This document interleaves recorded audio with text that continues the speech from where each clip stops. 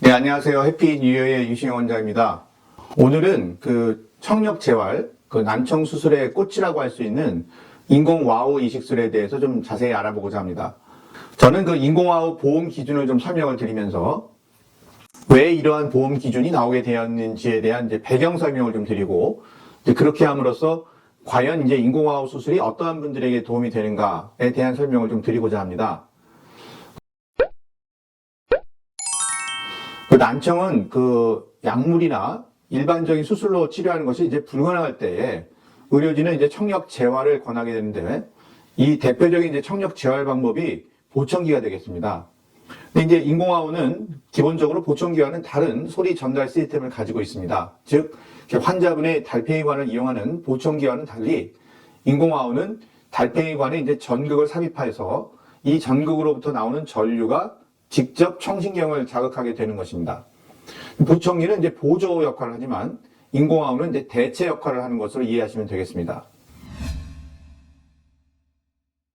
보험 기준은 크게 대상자의 연령에 따라 2세 미만과 2세 이상에서 19세 미만, 그리고 성인으로 나누어져 있습니다.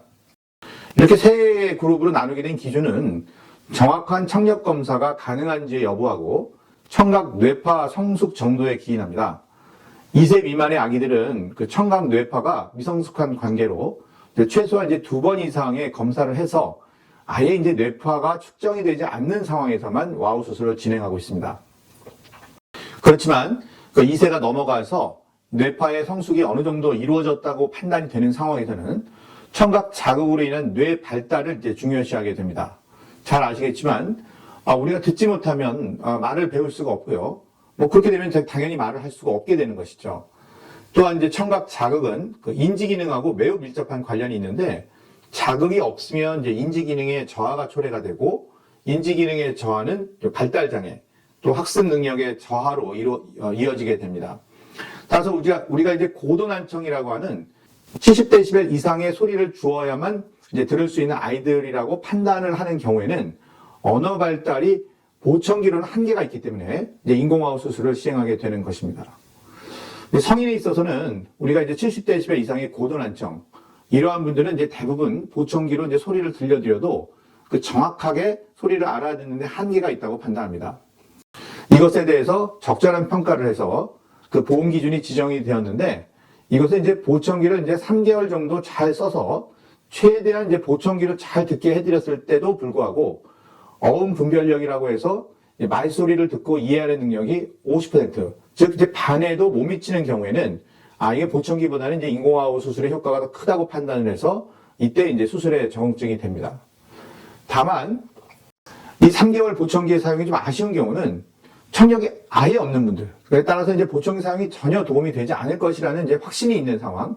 예를 들면 한쪽 귀는 아주 오래전에 여러 가지 이유로 이제 이미 소실이 되어 있었는데, 이번에 그나마 좀 들리던 귀가 사고 또는 돌발성 난청 같은 그런 질병으로 인해서 소실이 된 경우에는 인공와우 수술을 받고도 바로 잘 들리는 것이 아니라 이제 수개월 청능 훈련을 해야 되는데, 이 수술을 받기 위해서는 들리지도 않는 보청기를 사용하면서 3개월을 기다린다는 것이 좀 아쉬운 대목이 됩니다. 환자분의 그 청력도를 하나 지금 보여드릴 겁니다. 이분은 멀리 이제 그 사천이라는 곳에서 잘 듣기 위해서 내원하신 분입니다. 보시는 바와 같이 청력이 이제 10%밖에 남아있지 않습니다. 그런데 이제 그 자음과 모음에서 그 모음 영역은 어느 정도 들리기 때문에 그 입모양과 그 모음을 듣는 걸 가지고 직장까지 다니시고 있는 분입니다. 발음도 이제 약간 부정확하시고 무엇보다도 이제 정확히 알아듣지를 못하시는데, 수술을 이제 받기는 싫다. 이제 수술 자체가 싫으신 거죠. 그래서 와우 수술을 권유했는데 이제 거부하셔서 제가 참으로 이제 안타까웠던 분입니다. 저는 이제 우리나라 인공와우 보험 기준을 만들기 전인 그 2003년도부터 인공와우 수술을 한 관계로 2005년도에 그 인공와우 보험 기준 시행 전 이 이제 적응증을 어떻게 만들어 갈 것인가를 두고 당시 이제 인공와우를 수술하시는 분들이 회의를 할 때 참여를 좀 했었던 기억이 있는데요. 그때 이제 여러 가지 논의가 있었지만 가장 중요한 것은 좀 기준을 좀 엄격하게 적용을 해서 이 수술이 그게 무분별하게 이루어지지 않고 꼭 필요하신 분들에게 보험 혜택을 드리자는 취지로 위와 같은 적응증이 이제 생겼던 것으로 기억을 합니다. 하지만 이제 이 모든 제도에 허점이 있듯이 이 적응증에 해당되지 않으신 분들 중에서도 최근 이제 인공화호 수술의 기술이 발달하면서 특히 이제 남아있는 청력을 보존하는 그런 수술 방법이 발전하게 되면서 청신경 병증이나 저주파수만 살아있는 이제 난청 등의 그 인공화호 적응증을 넓힐 수 있는 그러한 영역들이 이제 시간이 지남에 따라서 이제 넓어지고 있습니다. 제도가 이제 변화를 따라가지 못하고 있는 상황이라고 보시면 되겠습니다. 마지막으로 보험 기준에서 수술 후 인공화호로 의사소통이 불가능할 것으로 예상되는 그런 분들은 제외됨이라는 문장이 있습니다. 즉 이제 인공화호 수술을 해서 인공화호로 소리 자극을 해도 인공화호로 들어오는 소리를 뇌가 이제 말소리로 인식하지 못하게 되는 경우에는 이제 수술이 되지 않습니다. 이러한 경우는 크게 이제 난청의 기간이 너무 길거나 아니면 이제 난청의 원인이 달팽이관에 있지 않고 달팽이관에서 뇌로 소리를 신호를 보내는 그 청신경에 문제가 있거나 또는 이제 뇌 자체에 문제가 발생하는 경우가 해당됩니다.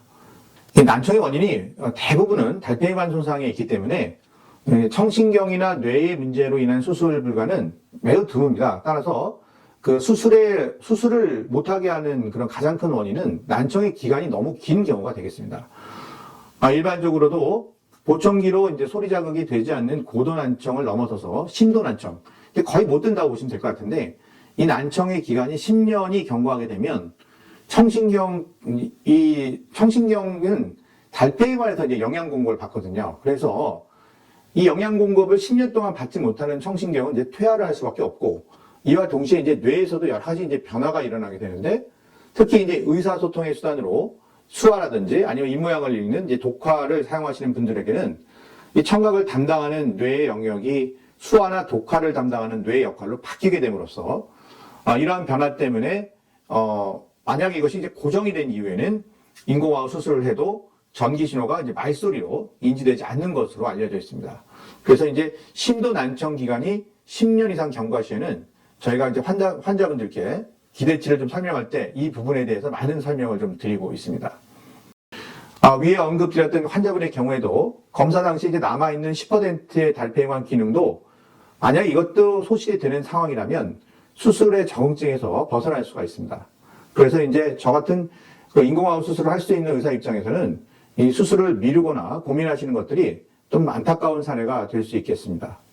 제일 좋은 방법은 그 각각 환자분의 상황에 맞게 그 진료실에서 검사 결과를 보면서 주치의와 상담을 하시는 것이 맞지만 기본적인 개념들을 이해하시는데 도움이 되었기를 바라면서 다음에는 그 최근에 좀 넓어진 인공화호 수술 적응증에 대해서 말씀을 드리도록 하겠습니다.